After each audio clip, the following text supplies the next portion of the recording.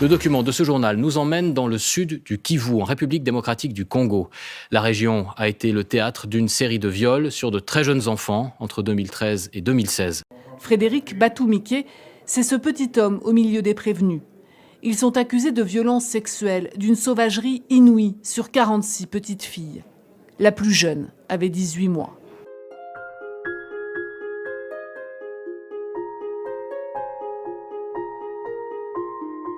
Les viols se commettaient la nuit dans des maisons habitées où l'enfant était retiré de la famille du lit pour être violé, soit derrière la maison ou dans la broussaille. Et par la suite, l'enfant était retourné à côté de la maison. Et donc, toutes les victimes étaient acheminées à l'hôpital pour être soignées de leurs blessures. Donc, la clinique donnait les soins médicaux aux enfants, faire un accompagnement psychologique. Mais après, il fallait aussi assurer un volet de prise en charge judiciaire. Et donc, toutes les informations utiles aux enquêtes étaient consignées dans le certificat médical. Et ce certificat médical qui nous était partagé. Les victimes, avec l'aide de différents acteurs, la clinique de Panzi, la Physicians for Human Rights, avaient déjà saisi la justice civile plutôt au niveau de Kavumu et même au niveau de Bukavu. Mais malgré ça, il n'y a pas vraiment une avancée au niveau judiciaire.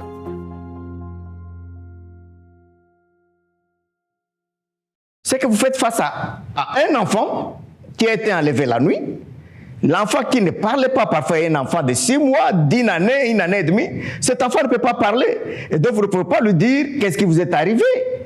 Et il fallait interroger les parents. Les parents eux-mêmes ne savent pas ce qui est arrivé parce qu'ils se sont réveillés, les faits étant déjà commis. C'était une très grande difficulté pour les policiers.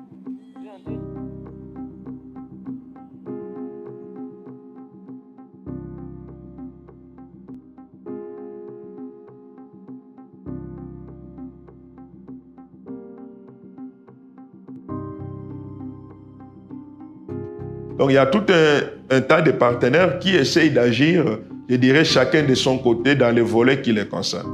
Mais pour faire avancer les cas, parce que ça semble être un cas énigmatique que personne n'arrive vraiment à expliquer, alors il y a cette initiative qui va se mettre en place pour dire non, essayons, au lieu d'avoir des actions qui sont non coordonnées, essayons de nous mettre ensemble puisque nous avons le même objectif.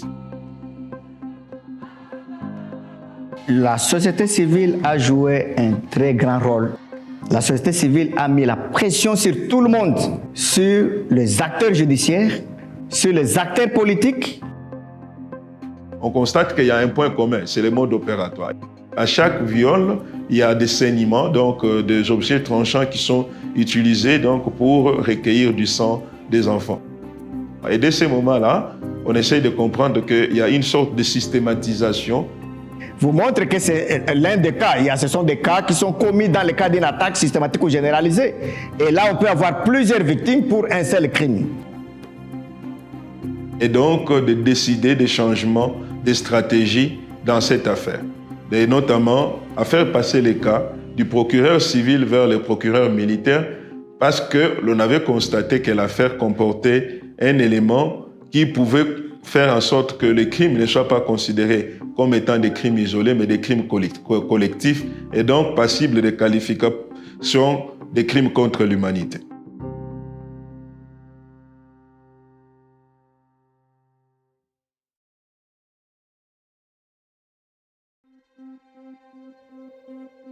C'est grâce au service de sécurité qui avait pu dénicher une jeune milice dénommée Jeshi Layesu, basée aux plantations Bishibiru, créées par Batumike.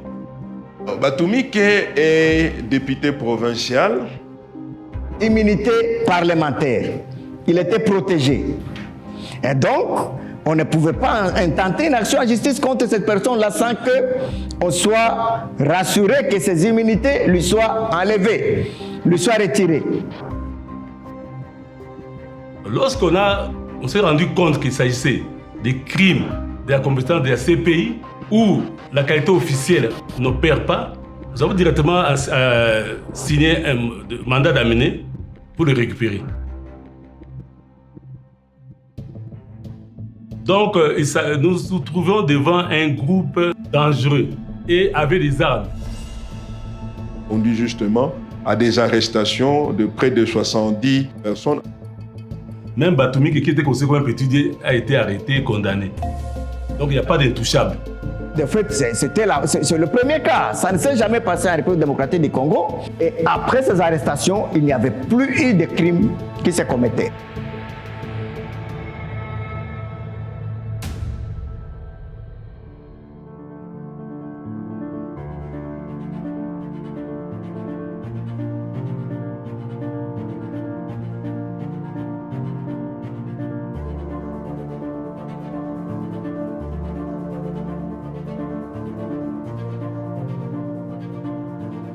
Nous avons retenu 2 sortes de crimes.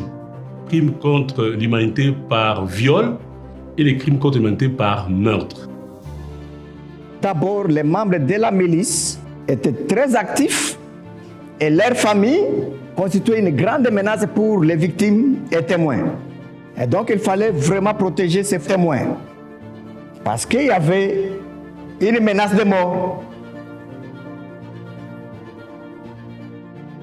Les avocats des partis civils avaient fait une demande, une requête donc, à la Cour en évoquant un certain nombre de mesures qui devaient assurer la protection des victimes. Parmi ces mesures, nous avons d'abord le fait que les enfants mineurs ne devaient pas comparaître directement et que des vidéos préenregistrées et filmées devaient servir pour leurs auditions.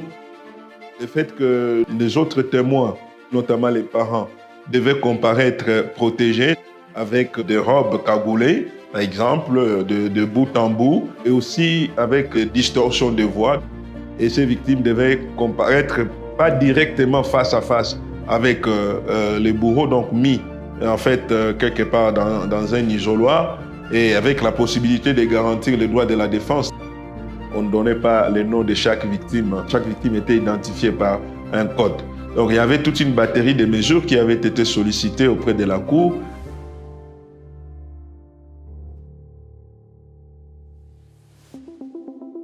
Il fallait qu'on ait des éléments qui prouvent que Batoumik savait que ces hommes commettaient ces faits, ces actes-là. Il y a eu plusieurs types d'éléments de preuve qui ont été présentés, ce qui sont les témoignages. Nous avons aussi des preuves documentaires, donc nous avons des rapports médicaux, légaux, nous avons des rapports psychologiques. Et également les rapports des Nations Unies. Il y a aussi des multiples rapports de la société civile et des ONG non gouvernementales. Il y avait également traces électroniques. Tous les contacts, donc tous les téléphones des auteurs étaient exploités et le rapport était très important pour permettre aux juges de pouvoir comprendre comment étaient organisés les groupes, comment les groupes se communiquaient entre eux et que c'était important qu'on comprenne que c'est ces groupes-là qui commettaient les infractions de violences sexuelles comme crimes contre l'humanité. Et donc, il y avait des preuves.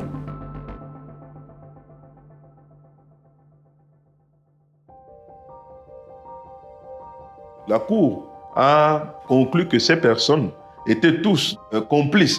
Elle les a condamnés donc sur base justement des dispositions du statut de Rome sur la complicité. Que quelqu'un qui est couvert par des humilités soit poursuivi, arrêté et condamné. Et donc c'était exceptionnel. En ce qui concerne les condamnations, sur les 20 prévenus, à l'époque, il y a eu 12 condamnations à la peine pénale à perpétuité pour crimes contre l'humanité par viol. Il y a eu 2 condamnations à 12 mois pour participation à un mouvement insurrectionnel et il y a eu 6 acquittements.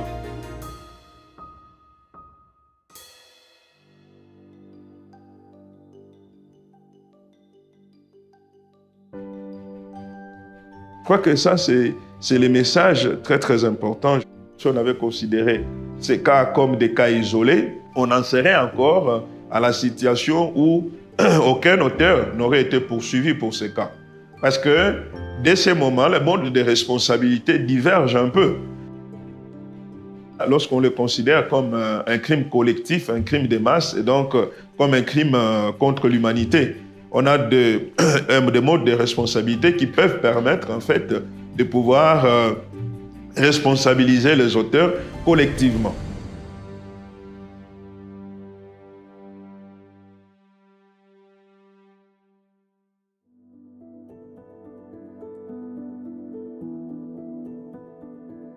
Lors du procès lui-même, toutes les mesures de protection ont été prises pour que les victimes ne soient pas retraumatisées.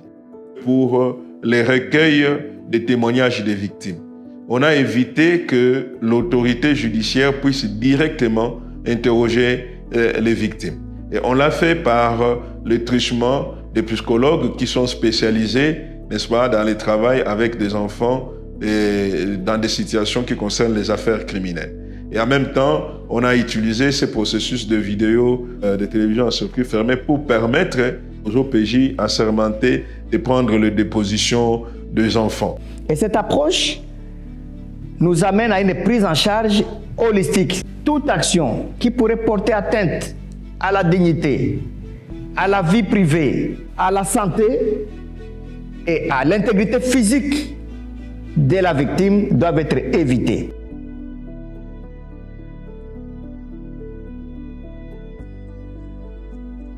C'est la dynamique de collaboration peut être un élément très déterminant pour solutionner des cas. Les moyens financiers qu'il a fallu déployer pour permettre les perquisitions, les arrestations, l'organisation des enquêtes, donc l'organisation des examens médicaux, légaux, l'organisation des auditions et la protection qui a été assurée pendant le processus. Chacun a son rôle, chacun peut mettre la main à la pâte et on peut avoir de bons résultats.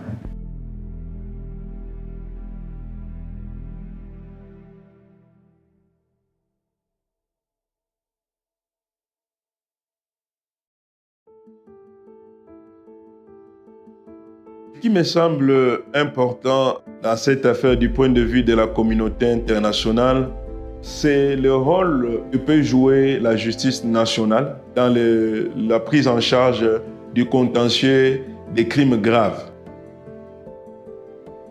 Je crois que la justice nationale peut jouer un rôle lorsqu'elle est renforcée en termes de connaissance du droit d'abord, parce que les magistrats qui ont siégé et qui ont enquêté sur ces crimes sont des magistrats qui ont suivi des formations grâce à l'appui des partenaires sur les enquêtes et la répression des crimes graves, ce qui leur a permis d'être à mesure de pouvoir conduire une enquête d'une ampleur complexe. Au bout du tunnel, on voit la lumière et cette lumière-là, au lieu d'être étouffée, elle éclaire tout le monde et tout le monde voit. C'est la patience également et travailler sans lâcher les bras. Never give up.